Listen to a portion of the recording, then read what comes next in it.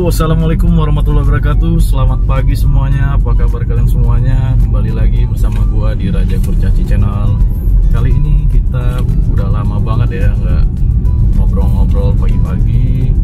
Di sini gua mau update mengenai Wuling Almas yang gua beli dan gua pakai selama ini kurang lebih hampir sekitar 7 bulan, guys. Oke. Di sini gue mau sedikit cerita pemakaian normal rata-rata kurang lebih kalau untuk dalam kota itu 1 liter 8 kilo ya. Tapi kalau untuk di luar kota tampaknya mobil ini bisa tembus sampai dengan 1 liter 13 dan bahkan 15,5 km per liternya, guys. Oke, sebelum melanjutkan video ini alangkah baiknya tekan tombol subscribe dulu, guys, agar kita selalu bisa berbagi dan memberikan manfaat kepada kalian semuanya. Dan juga jangan lupa aktifkan loncengnya agar bisa memberikan notifikasi pada saat video ini di-upload lagi. Oke, sedikit cerita saja, mobil Wuling Almas ini udah servis pertama sebelum dari 1000 km ya, tepatnya waktu itu kurang lebih sekitar 800, karena dari Wuling Almas sendiri dikasih opsi apakah 2 bulan pertama atau 1000 km pertama. Oke, guys, sekarang kilometernya itu udah jalan sekitar 2126 km. Alhamdulillah ya, udah jalan jauh. Kalau dibilang untuk 7 bulan mobil, sepertinya mobil ini masih dibilang jarang jalan ya. Betul, guys, karena memang gue makainya ini berdasarkan hari weekend aja, seperti itu. Buat kalian yang semuanya sedang menikmati pagi ini atau sedang berlibur ataupun sedang di rumah, boleh datang juga ke Wuling buat ngecek apakah mobil ini enak apa enggak, buat referensi kalian. Karena kalau untuk berbicara saja mungkin atau mendengar saja sepertinya mobil ini belum berasa nikmat ya, guys.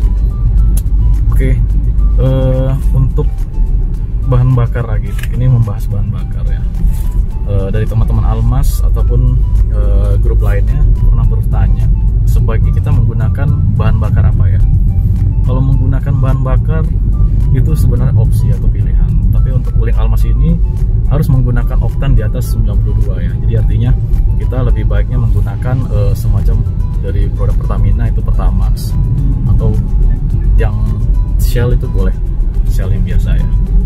Tapi beberapa kali diuji coba mobil ini dengan metode pembanding ya. Jadi artinya pernah menggunakan Pertamina ya, yaitu Pertamax.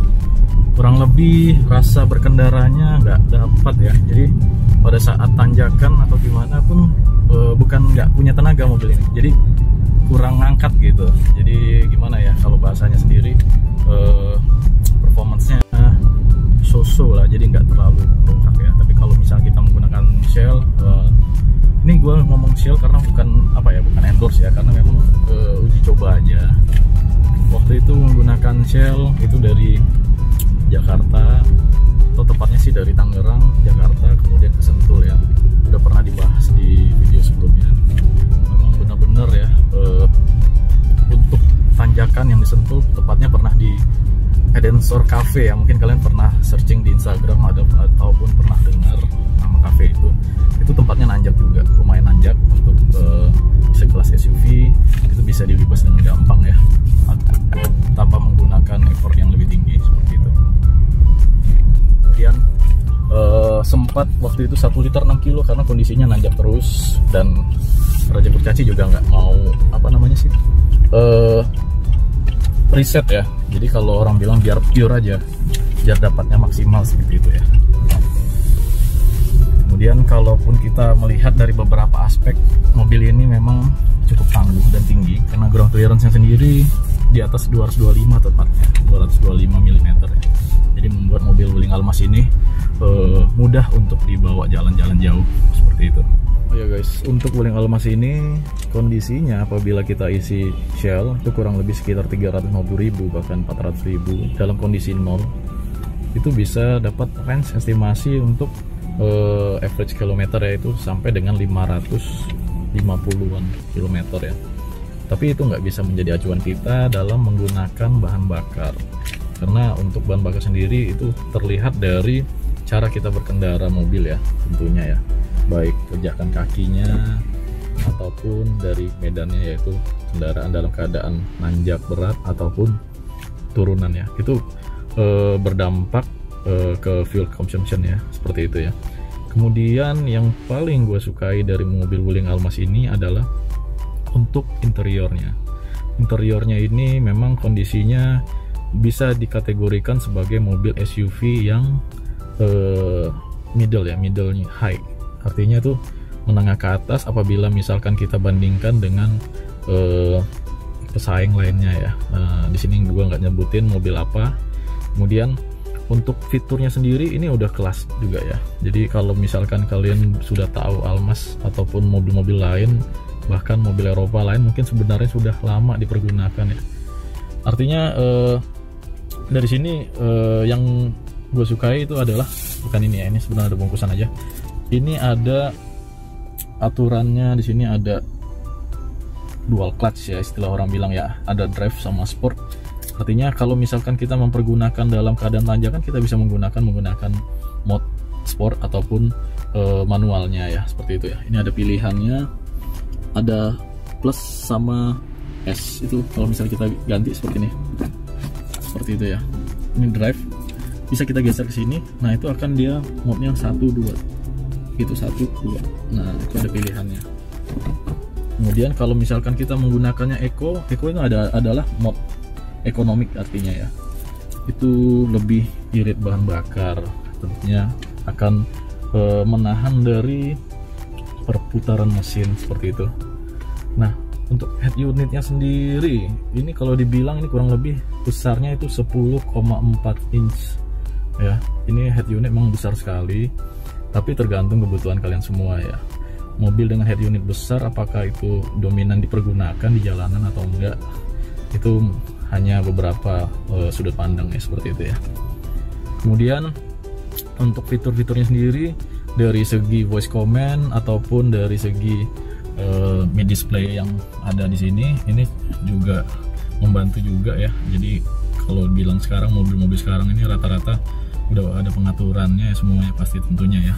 Tapi nggak menutup kemungkinan buat kalian yang belum menggunakan mid display, nggak apa-apa. Ini hanya sebenarnya pilihan aja pada mobil yang kalian pilih, seperti itu. Karena pada Wuling Almas tipe tertinggi ini menggunakan beberapa perbedaan yang sangat jauh dengan kelas di bawahnya tentunya, seperti itu guys. Nah berbicara dengan fitur-fiturnya, ini Wuling Almas di sini ada terhubung phone, itu teleponi ya, itu menggunakan Bluetooth tentunya. Kemudian di sini ada waktu berkendara, kita diingatkan waktu berkendara, dan juga sini ada range estimasi penggunaan bahan bakar bisa sampai dengan berapa kilometer tentunya, seperti itu guys. Oke, di sini ada waktu berkendara, pesan peringatan waktu berkendara, dan bahasa ya. Ini settingannya mungkin kalian udah pernah lihat di review sebelumnya ya, atau review tetangga itu, YouTube tetangga. Kondisinya ada pesan peringatan. Ini apabila misalkan ada informasi mengenai mobil atau keadaan mobil seperti apa, itu akan diinformasikan ke dalam bentuk bahasa di dalam sistem display ini ya guys. Oke, kemudian kita oke. Di sini ada waktu berkendara. Nah, waktu berkendara ini bisa kita atur sendiri berdasarkan dari keinginan kita sendiri. Artinya kalau misalkan kita menggunakannya 2,5 jam atau bahkan 2 jam, 1 jam setengah, nah ini akan memperingati atau menginformasikan kita ketika kita menggunakan mobil. Maka dengan mudah kita mengetahui berapa kita sudah jalan, berapa waktu yang sudah kita lalui di atas kendaraan. Nah fungsinya juga untuk kita agar bisa kita safety, artinya ketika kita lelah ataupun capek bisa bergantian atau berhenti, seperti itu. Kemudian di sini ada yang namanya bahasa, pengaturan bahasa ini biasanya nggak terlalu banyak ya, pilihannya English sama Indonesia. Jadi ya karena dijualkan di Indonesia, lebih ada 2 opsinya seperti itu. Oh ya guys, untuk voice command di Wuling Almas ini untuk fase pertama dan fase kedua. Nah fase pertama itu bisa ditambahkan voice command ya, atau WIND-nya ya. Itu Wuling Almas Indonesia membuat voice command-nya seperti itu.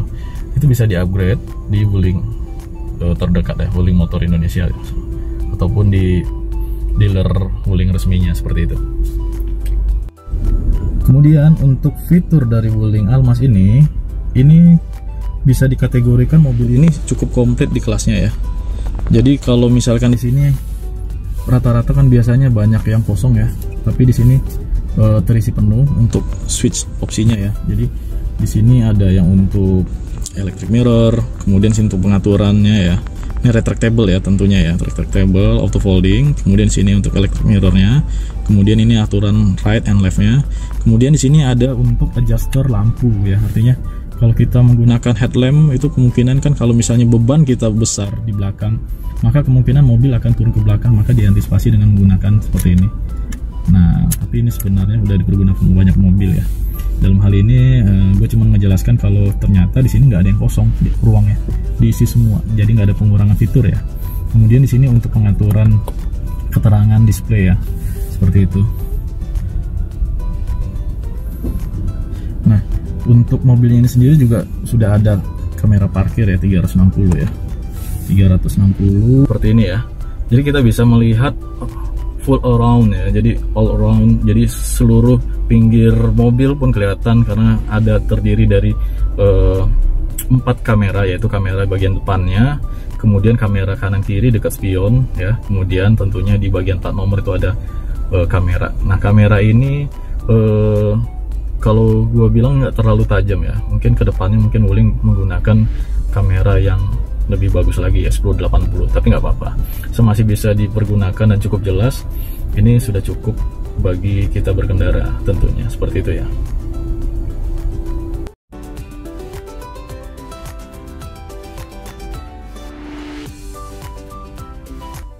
Nah, untuk Wuling Almas sendiri ini sudah dibekali panoramic sunroof ya. Ini membuat opsi mobil-mobil sekarang tentunya nggak semuanya yang menggunakan panoramic sunroof ya, seperti itu ya. Ini panoramic sunroofnya cukup luas di kelasnya ya guys. Jadi artinya kalau misalkan pun kita menggunakan setengah juga udah cukup, tapi kalau misalnya full lagi bisa dibuka lagi seperti itu. Itu akan memberikan kesan kenyamanan pada saat berkendara, seperti itu ya guys. Pilihannya bisa panoramik itu tanpa membuka kacanya, kemudian ada juga yang sunroof itu bisa kita buka seperti ini.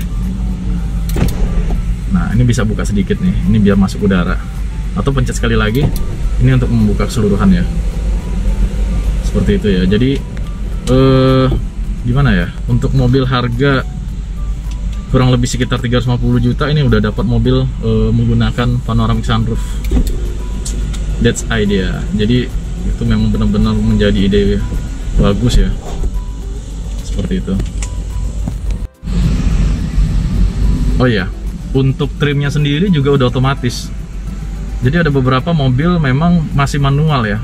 Jadi dia punya fitur panoramic sunroof dan fitur moonroof ya, contohnya ya, mobil-mobil lain, tapi itu masih manual. Kalau ini sudah otomatis atau secara elektronik ya, itu membuatkan lebih nyaman ketimbang harus manual yang split holdernya ya. Jadi itu bisa membuat rusak ya, tapi tergantung pemakaian juga.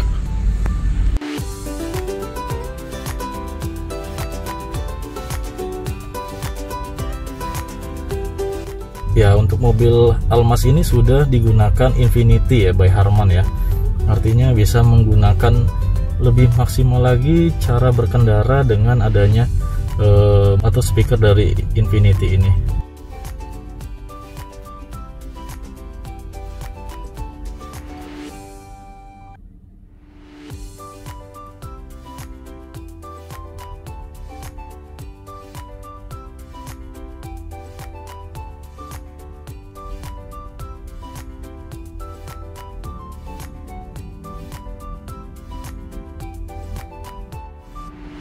Oke, sekian video review dari gua. Apabila ada pertanyaan dan ada yang ingin ditanyakan, bisa komen di bawah.